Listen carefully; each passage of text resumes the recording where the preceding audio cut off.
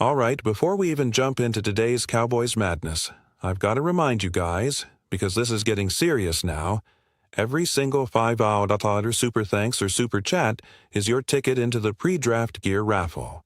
And trust me, the entries are stacking up fast. We're talking jerseys, gear, maybe something special, and it's all going down on the final live show before the NFL draft.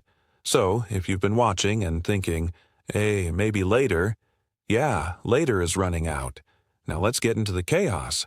Because Marcus Arnold came in hot with a $10 take that honestly feels like something straight out of Madden franchise mode. He says, give Cleveland pick 20, your 2027 first, your 2028 first for Myles Garrett, and then flip Miami's third this year and a second next year for Jordyn Brooks. Now, let's slow that down for a second, because on paper, it sounds aggressive, it sounds like win now, it sounds like Cowboys fans finally saying enough is enough, we're going all in. But in reality, this is where things get tricky. Let's start with Jordyn Brooks. I actually think Miami would listen. I really do. That part of the deal is not crazy, but giving up both a third and a future second, that's where I start pulling back a little bit. That's a lot for a linebacker who, yes, is solid, but we're not talking about a generational piece here. You've got to be careful not to overpay just because you're desperate at a position. Now the Myles Garrett side. This is where things fall apart. Because here's the reality. If you're Cleveland, why are you even picking up the phone? You're not getting the Cowboys' best asset. You're getting future picks, sure, but not guaranteed elite value. And there's another layer here that a lot of fans don't realize. Those future picks, they're not all even available. The 2027 first? That's tied up in conditional trade language. It's basically frozen. And the reason is actually kind of fascinating. It's to avoid confusion over which pick would convey depending on other deals involving teams like Green Bay or the Jets. So, until that's resolved, you can't just casually throw that pick into a trade package. And then, the 2028 first? That's completely off the table right now. Locked, frozen, untouchable due to prior agreements, what's being described as a poison pill structure tied to other deals. So when fans say, just trade future firsts, it's not that simple. The Cowboys literally cannot do what you're suggesting, even if they wanted to. So already, that dream scenario, it's kind of collapsing under its own weight. Now, let's shift to something really interesting. Michael Sutton brought up Caleb Downs. And this is where things start to get exciting, because historically, the Cowboys do not value safeties. They just don't. They don't spend big money there. They don't prioritize it in the draft. And they definitely don't build their defense around that position. But guess what just happened? They gave one safety an $11 million per year deal. They signed another for $4 million. They've brought in multiple defensive backs who don't fit their old prototype, including guys with shorter arms, which used to be a deal-breaker. So what does that tell you? Something has changed. This is not the same old Cowboys defensive philosophy, and a big part of that shift comes down to the influence of the current coaching vision, especially what they're trying to do in the nickel and hybrid defensive roles. And Caleb Downs? He fits that vision perfectly. We're talking about a player who can move, cover, tackle, read offenses, and most importantly, adapt. That nickel role the Cowboys keep talking about but haven't fully solved yet? Downs could be the answer. So, if he's sitting there at 12, yeah, you take him, even if it goes against everything the Cowboys have historically done. Because sometimes, the smartest move is breaking your own rules. Now let's talk about the linebacker situation, because this is where things start to feel a little urgent.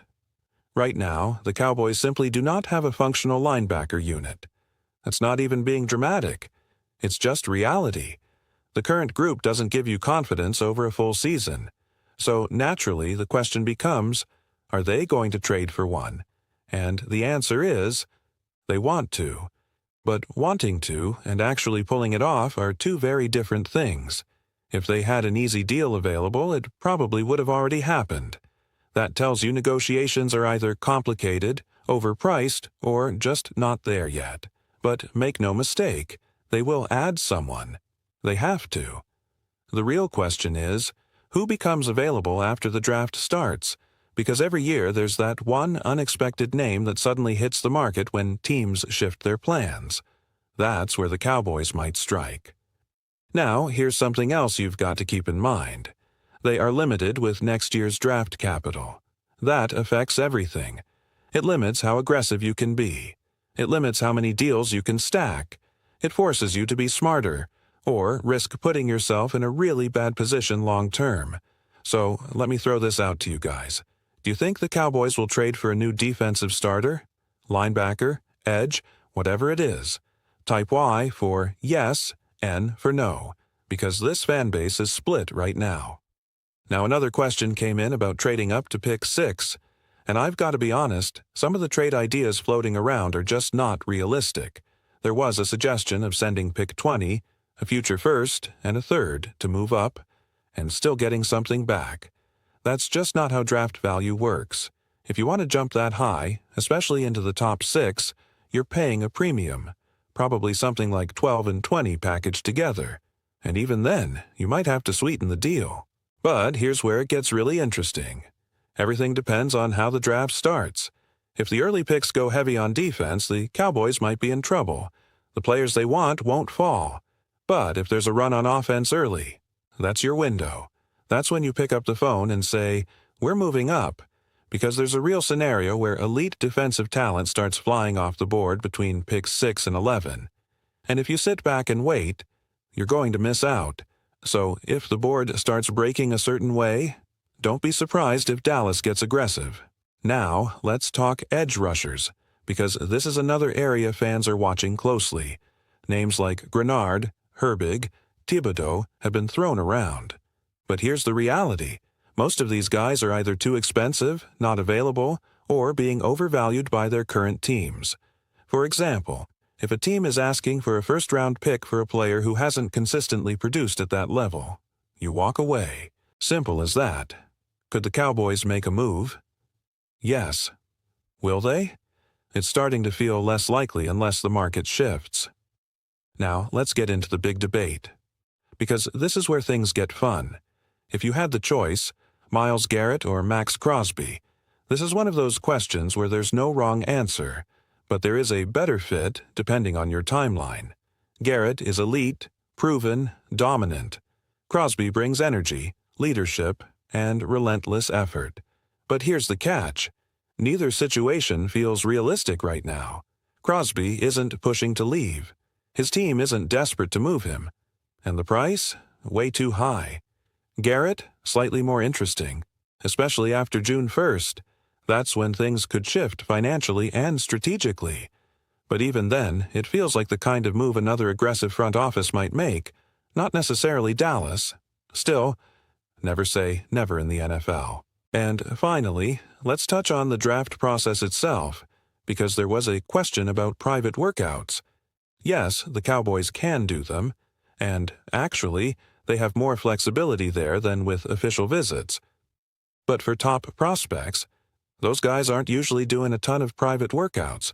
Their stock is already set. However, the Cowboys are doing their homework. They've been at pro days. They've seen these players up close. They've evaluated them in drills. So even if you don't see the flashy headlines, the work is being done behind the scenes. And that's what makes this entire situation so fascinating. Because right now, the Cowboys are standing at a crossroads. Do they stay patient and let the draft come to them? Do they get aggressive and move up for a difference maker? Or do they make that shocking trade that no one sees coming? One way or another, something big is brewing, and you can feel it.